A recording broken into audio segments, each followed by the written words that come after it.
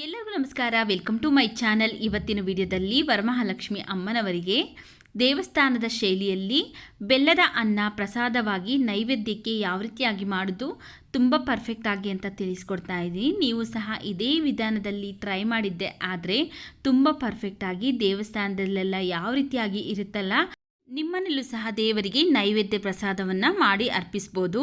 ನೋಡಿ, ಇಲ್ಲಿ ಫಸ್ಟ್ ನಾನು ಒಂದು ಕುಕ್ಕರ್ಗೆ ಈ ಗ್ಲಾಸಲ್ಲಿ 1 ಗ್ಲಾಸು ಅಕ್ಕಿ ಹಾಕ್ಕೊಳ್ತಾ ಇದ್ದೀನಿ. ನಾರ್ಮಲ್ ಆಗಿ ಸೋನಾ ಮಸೂರಿ ಊಟಕ್ಕೆಲ್ಲ ಬಳಸ್ತಿರಲ್ಲ ಅದೇ ಅಕ್ಕಿನೇ ಹಾಕ್ಕೊಂಡಿದ್ದೀನಿ. ಹಾಗೆಯೇ 1-2 ಸರಿ ಚೆನ್ನಾಗಿ ತೊಳೆದು ಆನಂತರ ಯಾವ ಗ್ಲಾಸಲ್ಲಿ ಅಕ್ಕಿ ತೊಗೊಂಡಿದ್ರಲ್ಲ ಅದೇ ಗ್ಲಾಸಲ್ಲಿ 3 ಗ್ಲಾಸ್ ನೀರನ್ನು ಸೇರಿಸಿ ಕುಕ್ಕರ್ ಲಿಡ್ನ ಕ್ಲೋಸ್ ಮಾಡಿ ನಾವಿಲ್ಲಿ ಸ್ಟವ್ ಮೇಲೆ ಇಟ್ಟು 3 ವಿಷಿಲ್ ಕೂಗಿಸ್ಕೊಳ್ಬೇಕು. ನೋಡಿ, ಇಲ್ಲಿ 3 ವಿಷಿಲ್ ಬಂದಾದಮೇಲೆ ಕುಕ್ಕರ್ ಕ್ಯಾಪ್ ಓಪನ್ ಮಾಡಿ ತೋರಿಸ್ತಾ ಇದ್ದೀನಿ.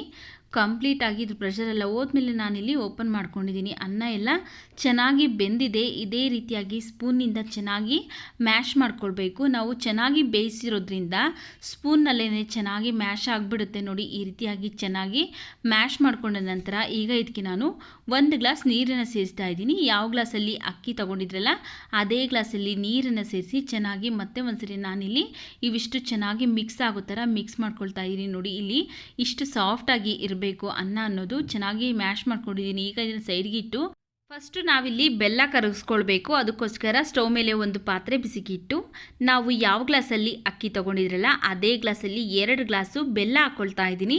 ಹಾಗೆಯೇ 1 ಗ್ಲಾಸು ನೀರು ಹಾಕ್ಕೊಳ್ತಾ ಇದ್ದೀನಿ. ಈಗ ಬೆಲ್ಲನೆಲ್ಲ ಚೆನ್ನಾಗಿ ನಾವು ಕರಗಿಸ್ಕೊಳ್ಬೇಕು. ಕಸ ಕಡ್ಡಿ ಏನಾದರೂ ಇರುತ್ತೆ, ಆದ್ದರಿಂದ ನಾನಿಲ್ಲಿ ಬೆಲ್ಲನೆಲ್ಲ ಚೆನ್ನಾಗಿ ಕರಗಿಸಿ ಆನಂತರ ಶೋಧಿಸ್ಕೊಂಡು ಮಾಡ್ಕೊಳ್ತೀನಿ.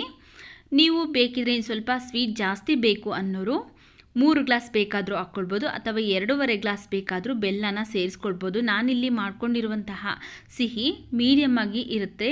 ನೋಡಿ, ಇಲ್ಲಿ ಬೆಲ್ಲನೆಲ್ಲ ಚೆನ್ನಾಗಿ ಕರಗಿಸ್ಕೊಂಡು ಆನಂತರ ಶೋಧಿಸ್ಕೊಳ್ತಾ ಇದ್ದೀನಿ. ಈ ರೀತಿ ಶೋಧಿಸೋದ್ರಿಂದ ಕಸ ಕಡ್ಡಿ ಏನಾದರೂ ಇದ್ದರೆ ಬಂದುಬಿಡುತ್ತೆ. ಈಗ ಮತ್ತೆ ಅದೇ ಪಾತ್ರೆನೇ ಸ್ಟವ್ ಮೇಲೆ ಇಟ್ಟು ನಾವು ಬೆಲ್ಲನ ಶೋಧಿಸ್ಕೊಂಡಿದ್ರಲ್ಲ ಆ ಬೆಲ್ಲದ ನೀರನ್ನು ಪಾತ್ರೆಗೆ ಹಾಕ್ಕೊಳ್ತಾ ಇದ್ದೀನಿ. ಸ್ಟವ್ ಆನ್ ಮಾಡಿಕೊಂಡು ನಾವು ಫಸ್ಟೇ ಚೆನ್ನಾಗಿ ಮ್ಯಾಶ್ ಮಾಡ್ಕೊಂಡಿದ್ರಲ್ಲ ಆ ಅನ್ನನ ಈಗ ಇದಕ್ಕೆ ಹಾಕ್ಕೊಳ್ಬೇಕು. ಹಾಕ್ಕೊಂಡು ಚೆನ್ನಾಗಿ ಮಿಕ್ಸ್ ಮಾಡ್ಕೊಳ್ಬೇಕು. ಈ ಬೆಲ್ಲದ ನೀರಲ್ಲಿ ನಾವು ಹಾಕಿರುವಂತಹ ಅನ್ನ ಎಲ್ಲ ಚೆನ್ನಾಗಿ ಮಿಕ್ಸ್ ಆಗಬೇಕು. ಯಾವುದೇ ಕಾರಣಕ್ಕೂ ಗಂಟು ಅನ್ನೋದು ಆಗೋದಿಲ್ಲ. ಯಾಕಂದರೆ ನಾವಿಲ್ಲಿ ಚೆನ್ನಾಗಿ ಅನ್ನವನ್ನು ಬೇಯಿಸಿ ಆನಂತರ ಮತ್ತೆ 1 ಗ್ಲಾಸ್ ನೀರನ್ನು ಸೇರಿಸಿ ಚೆನ್ನಾಗಿ ಮಿಕ್ಸ್ ಮಾಡ್ಕೊಂಡಿದ್ದೀವಲ್ಲ, ಅದಕ್ಕೋಸ್ಕರ ಅನ್ನ ಅನ್ನೋದು ಗಂಟು ಅನ್ನೋದು ಆಗೋದಿಲ್ಲ. ನೋಡಿ, ಈ ರೀತಿಯಾಗಿ ಚೆನ್ನಾಗಿ ಮಿಕ್ಸ್ ಆಗುತ್ತೆ. ಈಗ ಈ ಮಿಕ್ಸ್ ಆಗಿರುವಂತಹ ಅನ್ನನ ನಾನಿಲ್ಲಿ ಒಂದು 4ರಿಂದ 5 ನಿಮಿಷ ಚೆನ್ನಾಗಿ ಕುದಿಸ್ಕೊಳ್ಬೇಕು. ಕುದಿಸ್ಕೊಳ್ಳೋದಕ್ಕೂ ಮುಂಚೆ 1 ಸ್ಪೂನ್ ತುಪ್ಪ ಹಾಕ್ಕೊಂಡು ಚೆನ್ನಾಗಿ ಮಿಕ್ಸ್ ಮಾಡಿ ಈಗ ಚೆನ್ನಾಗಿ 4ರಿಂದ 5 ನಿಮಿಷ ಚೆನ್ನಾಗಿ ಕುದಿಸ್ಕೊಳ್ತೀನಿ. ಇದು ಸ್ವಲ್ಪ ತೆಳು ಇದೆ, ಆದ್ದರಿಂದ 4ರಿಂದ 5 ನಿಮಿಷ ಚೆನ್ನಾಗಿ ಕುದಿಸ್ಕೊಂಡ್ರೆ ಸ್ವಲ್ಪ ಗಟ್ಟಿ ಆಗುತ್ತೆ. ಆದ್ದರಿಂದ ಚೆನ್ನಾಗಿ ಒಂದು 4ರಿಂದ 5 ನಿಮಿಷ ಮೀಡಿಯಮ್ ಫ್ಲೇಮಲ್ಲಿ ಇಟ್ಕೊಂಡು ಕುದಿಸ್ಕೊಳ್ತೀನಿ. ಮಧ್ಯ ಮಧ್ಯ ತಿರುಗಿಸ್ತಾ ನಾವು ಕುದಿಸ್ಕೊಳ್ಬೇಕಾಗತ್ತೆ. ಯಾಕಂದರೆ ಅಕ್ಕಿ ಹಾಕಿರೋದ್ರಿಂದ ನಾವಿಲ್ಲಿ ತಳ ಹಿಡಿದ್ಬಿಡುತ್ತೆ. ಆದ್ದರಿಂದ ಚೆನ್ನಾಗಿ ಮಿಕ್ಸ್ ಮಾಡ್ಕೊಳ್ತಾ ನೋಡಿ, ಈ ರೀತಿಯಾಗಿ ಸ್ವಲ್ಪ ಗಟ್ಟಿಯಾಗಿದೆ. ಈ ರೀತಿ ಕನ್ಸಿಸ್ಟೆನ್ಸಿಗಿದ್ರೆ ಸಾಕಾಗುತ್ತೆ. ಈಗ ಮತ್ತೆ 1 ಸ್ಪೂನ್ ತುಪ್ಪ ಹಾಕ್ಕೊಂಡು ಚೆನ್ನಾಗಿ ಮಿಕ್ಸ್ ಮಾಡ್ಕೊಳ್ತಾ ಇದ್ದೀನಿ. ನಾವಿಲ್ಲಿ ಎಷ್ಟು ತುಪ್ಪ ಹಾಕ್ತೀವಲ್ಲ ಈ ಬೆಲ್ಲದ ಅನ್ನಕ್ಕೆ ಅಷ್ಟು ರುಚಿಯಾಗಿರುತ್ತೆ. ಹಾಗೆಯೇ ಬಾಯಲ್ಲಿಟ್ಟರೆ ಸಾಕು ಕರಗೋಗ್ಬಿಡುತ್ತೆ, ಅಷ್ಟು ಟೇಸ್ಟಿಯಾಗಿರುತ್ತೆ ಈ ಬೆಲ್ಲದ ಅನ್ನ. ನೋಡಿ, ತುಪ್ಪ ಹಾಕಿ ಚೆನ್ನಾಗಿ ಒಂದ್ಸರಿ ಮಿಕ್ಸ್ ಮಾಡಿ ಈಗ ಇದಕ್ಕೆ ನಾನು ಪಚ್ಚಕರ್ಪೂರ ಬರುತ್ತೆ, ಆ ಪಚ್ಚಕರ್ಪೂರನ 1 ಚಿಟಿಕೆ ಆಗೋಷ್ಟು ಈ ರೀತಿ ಕೈಯಿಂದ ಪುಡಿ ಮಾಡಿ ಹಾಕ್ಕೊಳ್ತಾ ಇದ್ದೀನಿ. ಈ ಪಚ್ಚಕರ್ಪೂರ ಹಾಕೋದ್ರಿಂದ ದೇವಸ್ಥಾನದಲ್ಲಿ ಯಾವ ಫ್ಲೇವರ್ ಇರುತ್ತೆ ಹಾಗೆ ಟೇಸ್ಟ್ ಇರುತ್ತಲ್ಲ ಆ ಟೇಸ್ಟ್ ನಮಗೆ ಮನೆಯಲ್ಲೇ ಬರಬೇಕು ಅಂದರೆ ಈ ಪಚ್ಚಕರ್ಪೂರನ ಹಾಕ್ಕೊಳ್ಳಲೇಬೇಕು. ಪಚ್ಚಕರ್ಪೂರ ಹಾಕ್ಕೊಂಡಾದ್ಮೇಲೆ 1/4 ಸ್ಪೂನ್ ಆಗೋಷ್ಟು ಏಲಕ್ಕಿ ಪೌಡರ್ ಹಾಕ್ಕೊಂಡಿದ್ದೀನಿ. ಹಾಗೆಯೇ 1 ಚಿಟಿಕೆ ಉಪ್ಪು ಹಾಕ್ಕೊಂಡಿದ್ದೀನಿ. ಉಪ್ಪು ಹಾಕಿ ಚೆನ್ನಾಗಿ ಮಿಕ್ಸ್ ಮಾಡ್ಕೊಳ್ತಾ ಇದ್ದೀನಿ. ಉಪ್ಪು ಹಾಕೋದ್ರಿಂದ ಅದ್ರ ಟೇಸ್ಟು ತುಂಬ ಚೆನ್ನಾಗಿರುತ್ತೆ. ಈಗ ನೋಡಿ, ಇವಿಷ್ಟು ಹಾಕ್ಕೊಂಡು ಚೆನ್ನಾಗಿ ಮಿಕ್ಸ್ ಮಾಡ್ಕೊಂಡಿದ್ದೀನಿ.